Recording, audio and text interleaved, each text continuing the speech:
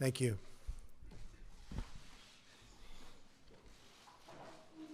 Secretary General Stoltenberg, it's a pleasure to welcome you to the White House, especially at such an important moment in our great alliance. I also want to acknowledge the great work being done by our Secretary of State, Rex Tillerson, to strengthen the NATO alliance, as well as the Secretary's trip to Moscow to promote the security interests of the United States and its allies. He did a terrific job. Just watch parts of it. He did an absolutely terrific job. 68 years ago this month, not far from where we are gathered today, President Harry Truman spoke at the signing of the North Atlantic Treaty. In the nearly 7 decades since Harry Truman spoke those words, the NATO alliance has been the bulwark of international peace and security. NATO allies defeated communism and liberated the captive nations of the Cold War. They secured the longest period of unbroken peace that Europe has ever known.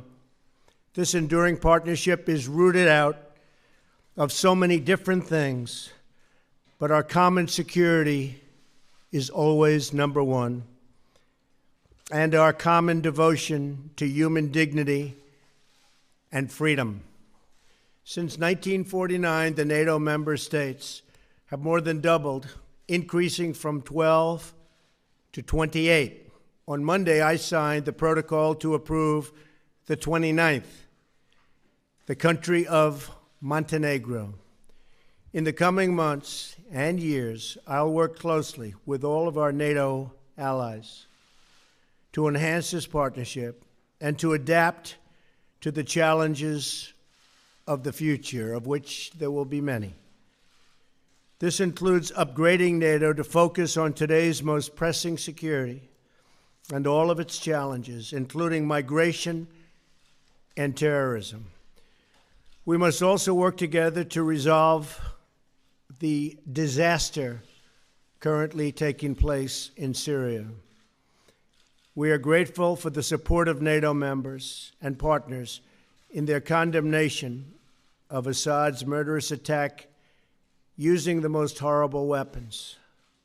The vicious slaughter of innocent civilians with chemical weapons, including the barbaric killing of small and helpless children and babies, must be forcefully rejected by any nation that values human life. It is time to end this brutal civil war, defeat terrorists, and allow refugees to return home. In facing our common challenges, we must also ensure that NATO members meet their financial obligations and pay what they owe. Many have not been doing that. The Secretary General and I agree that other member nations must satisfy their responsibility to contribute 2% of GDP to defense. If other countries pay their fair share instead of relying on the United States to make up the difference, we will all be much more secure, and our partnership will be made that much stronger. The Secretary General and I had a productive discussion about what more NATO can do in the fight against terrorism. I complained about that a long time ago, and they made a change, and now they do fight terrorism. I said it was obsolete. It's no longer obsolete. It's my hope that NATO will take on an increased role in supporting our Iraqi partners in their battle against ISIS. I'm also sending General McMaster to Afghanistan to find out how we can make progress alongside our Afghan partners and NATO allies. Every generation has strived to adapt the NATO alliance to meet the challenges of their times. And on my visit to Brussels this spring, which I look very much forward to, we will work together to do the same. We must not be trapped by the tired thinking that so many have, but apply new solutions to face new circumstances, and that's all throughout the world. We're not here to stand on ceremony, but to develop real strategies to achieve safety, security, and peace. We're here to protect the freedom and prosperity of our citizens and to give them the future they so richly deserve. Secretary General, I'm honored to have you here today and to reaffirm our commitment to this alliance and to the enduring values that we proudly, and I mean very proudly, share. Thank you very much. Thank you for being here. Thank you. Thank you so much, Mr. President. We just had an excellent and very productive meeting, and it's really an honor to meet you for the first time here in the White House. We agree that NATO is a bedrock of security, both for Europe and for the United States.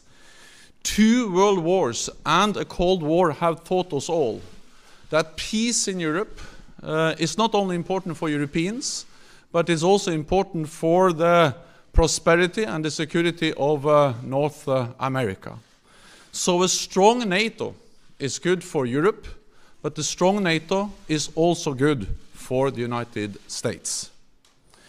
And therefore I welcome the very strong commitment of the United States to the security of Europe. We see this commitment not only in words, but also in deeds.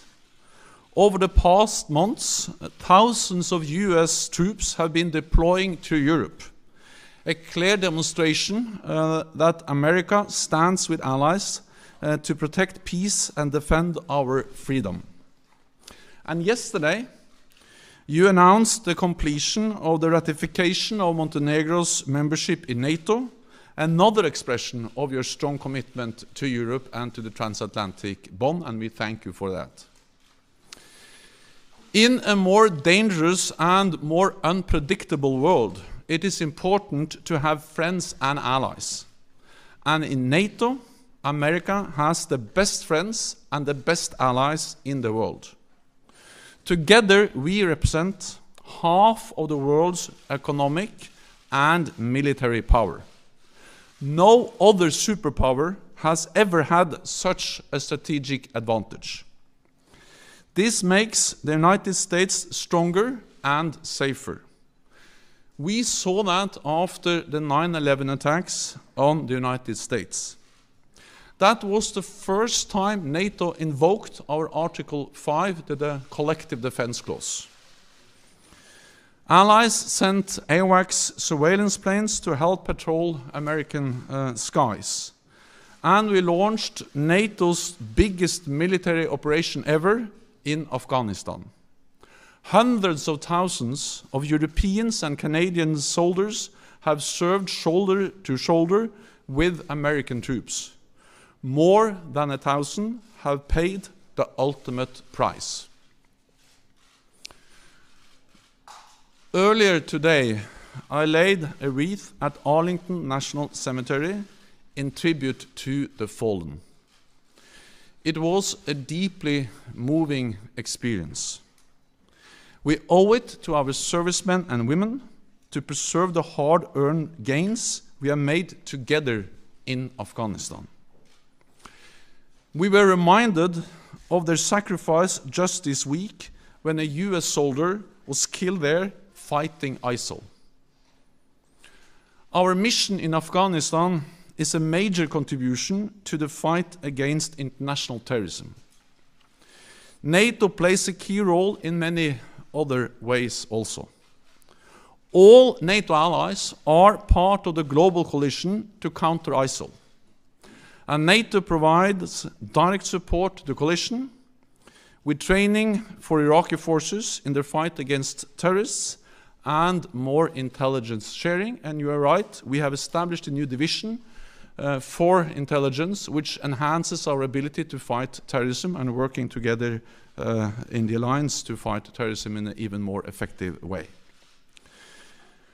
But we agreed today, you and I, that NATO can and must do more in the global fight against terrorism. In the fight against terrorism, training local forces is one of the best weapons we have. NATO has the experience, the expertise, and the staying power to make a real difference. And fighting terrorism will be an important topic when NATO leaders meet in Brussels in May. The other major topic will be fairer burden sharing in our alliance. And we had a thorough discussion on this issue today. And Mr. President, I thank you for your attention to this issue. We are already seeing the effect of your strong focus on the importance of burden sharing in the alliance. We agree that allies need to redouble their efforts to meet the pledge we all made in 2014 to invest more in our alliance. It is about spending more on defense, it is about delivering the capabilities we need, and it is about contributing forces to NATO missions and operations. This means cash, capabilities, and contributions. Fair burden sharing has been my top priority since taking office. We have now turned a corner. In 2016, for the first time in many years, we saw an increase in defense spending across European allies and Canada. A real increase of 3.8%, or $10 billion more for our defense. We are now working to keep up the momentum, including by developing national plans outlining how to make good on what we agreed in 2014. We know that we all need to contribute our fair share, because we need to keep our nation safe in a more dangerous world. We discussed many different topics during our meeting today, including the horrendous use of chemical weapons in Syria. Any use of chemical weapons is unacceptable, cannot go unanswered, and those responsible must be held accountable. So, Mr. President, thank you once again. I look forward to working with you to keeping the alliance strong, and I look forward to welcoming you to Brussels in May, when heads of state and government in the alliance meet there to address the challenges and the need to continue to adapt the alliance to a more challenging security environment, and to respond both to the need for fair burden sharing and stepping up our efforts to fight international terrorism. So thank you once again. Thank you very much. Great. Thank you. So we'll have a couple of questions. Jeff Mason. Thank you. Thank you, Mr. President. I'd like to ask you about two topics, if I may. First, has your view of Vladimir Putin changed after what's happened in Syria? And what is the United States prepared to do if he continues to support Assad? And on a separate question, have you made a deal after your chat last night with the president of China about China helping to rein in North Korea? And is that one reason you've decided not to label Beijing a currency manipulator? Well, I'll be speaking to, yeah. You want to go ahead? Go ahead. May I? For the Secretary General, do you believe NATO should continue to bolster its presence along the alliance's eastern border? And are you confident that you have President Trump and the United States support for that? Thank you. I'll be speaking with Rex Tillerson in a little while, calling in. I think he had a very successful meeting in Russia. We'll see. We'll see the end result, which will be in a long period of time, perhaps. But the end result is what's most important, not just talk. And I think that based on everything I'm hearing, things went pretty well, maybe better than anticipated. It would be wonderful, as we were discussing just a little while ago, if NATO and our country could get along with Russia. Right now, we're not getting along with Russia at all. We may be at an all-time low in terms of relationship with Russia. This is built for a long period of time. But we're going to see what happens. Putin is the leader of Russia. Russia's a strong country. We're a very, very strong country. We're going to see how that all works out. Last night, separately, I spoke with a man that I've gotten to know. I don't know Putin, but I do know this gentleman. I've spent a lot of time with him over the last 2 days, and he is the president of China. You were there, most of you were there, and it was quite an interesting period of time. President Xi wants to do the right thing. We had a very good bonding. I think we had a very good chemistry together. I think he wants to help us with North Korea. We talk trade, we talk a lot of things, and I said the way you're going to make a good trade deal is to help us with North Korea. Otherwise, we're just going to go it alone. That'll be all right, too. But going it alone means going it with lots of other nations. But I was very impressed with President Xi, and I think he means well, and I think he wants to help. We'll see whether or not he does. Do you feel like you have a deal with him? And if I could just, do you feel like you have a deal with him in terms of the currency manipulation designation? And have your views changed on Putin? We're going to see. We're going to see about that. And I'll also see about Putin over a period of time. It'd be a fantastic thing if we got along with Putin and if we got along with Russia. And that could happen, and it may not happen. It may be just the opposite. I can only tell you what I would like to do. I would love to be able to get along with everybody. Right now, the world is a mess. But I think by the time we finish, I think it's going to be a lot better place to live. And I can tell you that, speaking for myself, by the time I'm finished, it's going to be a lot better place to live in, because right now it's nasty. NATO is in the process of implementing the biggest reinforcement of our collective defense since the end of the Cold War. And one element of that is to increase our military presence in the eastern part of the alliance. And we are now deploying 4 battle groups to the 3 Baltic countries and Poland. And there will also be more US forces in that part of Europe. And this is the first time in many, many years that we see an increase in the military presence of the United States in Europe. So we are increasing our presence, and we are also increasing the readiness and the preparedness of our forces so we can quickly reinforce if needed. We consider the presence we will have when the 4 battle groups are in place as sufficient given the current security situation in Europe. But of course we will assess the situation and follow the developments very closely. The message from NATO is that what we do is proportionate, it is defensive, and we don't want a new Cold War, we don't want a new arms race. And actually we strongly believe that there is no contradiction between a strong NATO, a credible deterrence and defense, and political dialogue with Russia. I actually believe that the precondition for a political dialogue with Russia is that we are strong and that we are united. But based on that, we can talk to Russia because Russia is our neighbor. Russia is there to stay. So we have to find ways to manage our relationship with Russia. And I am absolutely certain that the United States supports this approach, partly because the United States is contributing with forces to our enhanced presence in the eastern part of the alliance and also in the southeast of the alliance in Romania. And the United States and the President has clearly expressed that they want dialogue with Russia, but based on unity and strength in the alliance. Then the next question is from John Sopel.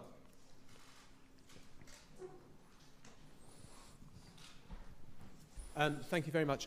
Secretary General, how long do you think it will take you to persuade the other European countries to burden share? And what are you going to do to persuade them? Mr. President, could I ask you, do you think it's... I'm here to help. And Mr. President, do you think it's conceivable, what's your instinct, was it possible that Syrian forces could have launched that attack in Idlib last week without the Russians knowing? And have you been disappointed, surprised by Vladimir Putin's reaction since then? Thank you very much. I think it's certainly possible. I think it's probably unlikely. And I know they're doing investigations into that right now. I would like to think that they didn't know, but certainly they could have. They were there. So we'll find out. General Mattis is looking into it with the entire Pentagon group that does that kind of work. So it was very disappointing to see. It's disappointing no matter who does it, but when you get into the gases, especially that form, it's vicious and violent, and everybody in this room saw it all too many times over the last 3 or 4 days. Young children dying, babies dying, fathers holding children in their arms that were dead children. There can't be a worse sight, and it shouldn't be allowed. That's a butcher. That's a butcher. So I felt we had to do something about it. I have absolutely no doubt we did the right thing, and it was very, very successfully done, as you well know. Thank you.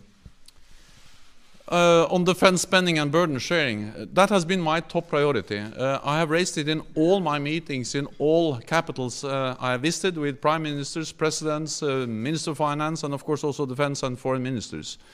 And I expect, of course, all allies to make good on what they decided back in 2014. And the very strong and clear message from President Trump has been very helpful. So now we see that things are starting to move in the right direction.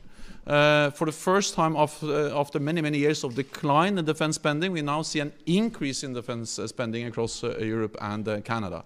So they have started to move in the right direction. 3.8% real increase in defense spending across Europe and Canada is a significant step in the right direction. It's not enough. We still have a long way to go, but at least they have turned the corner. European allies have turned the corner. Instead of reducing defense spending, they have started to increase defense spending. Then I think it is important to remember that this is something the Europeans do because they know that this is in their own security interest. It is in their interest to invest more in European defense because the world has become more dangerous. Many European allies, of course, all European allies reduced defense spending after the end of the Cold War because then tensions went down. But if you are decreasing defense spending when tensions are going down, then you have to be able to increase the defense spending when tensions are going up. And now they are going up.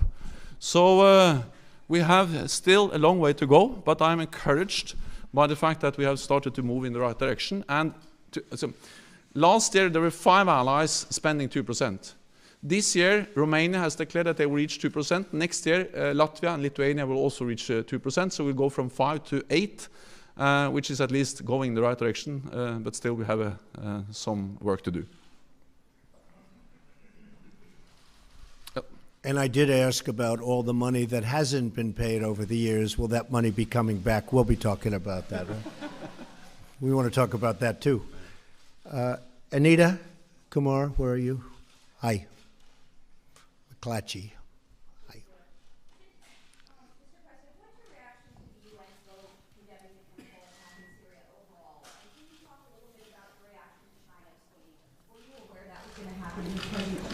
About that, give you a heads up, and how does that affect your relationship? We did talk last night. I think it's wonderful that they abstained. As you know, very few people expected that. No, I was not surprised that China did abstain. Very, very few people thought that that was going to happen. So we're honored by the vote. That's the vote that should have taken place.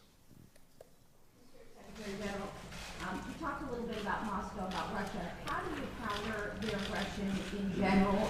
They've been interfering in recent democratic elections. How do you counter Moscow's power?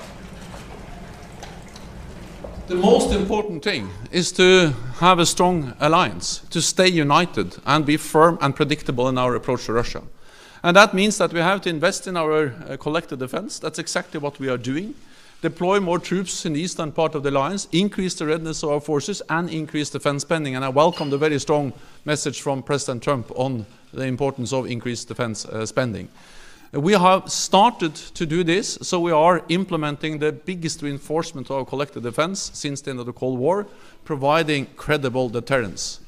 But at the same time, we have to find ways to engage with Russia, to talk with Russia. Because Russia will not go away. Russia will be our biggest neighbor. And we have to find ways to live with them and to try to avoid a new Cold War, a new arms race. And that's exactly why I am very much in favor of what we call the dual-track approach to Russia. And as a former Norwegian politician, I have the experience to work with Russians because Norway is bordering Russia. And Norway was able, even during the Cold War, to develop, I would call it a pragmatic working relationship with Russia. Cooperating with them on energy, on border issues, on environment, on fishery, and also in military affairs. And that was not despite our membership in NATO, but it was because of our membership in NATO. Because NATO provided the strength, the predictability, the platform for a small country to have a political dialogue with Russia. So I strongly believe that the only way to deter Russia is to be strong, but the only way to avoid a new Cold War, avoid a new arms race, and avoid increasing tensions is to continue to engage Russia in a political dialogue and to make sure that what we do is defensive and proportionate in response to a more assertive Russia. Okay. Then I give the floor to Tove Bjørgaas.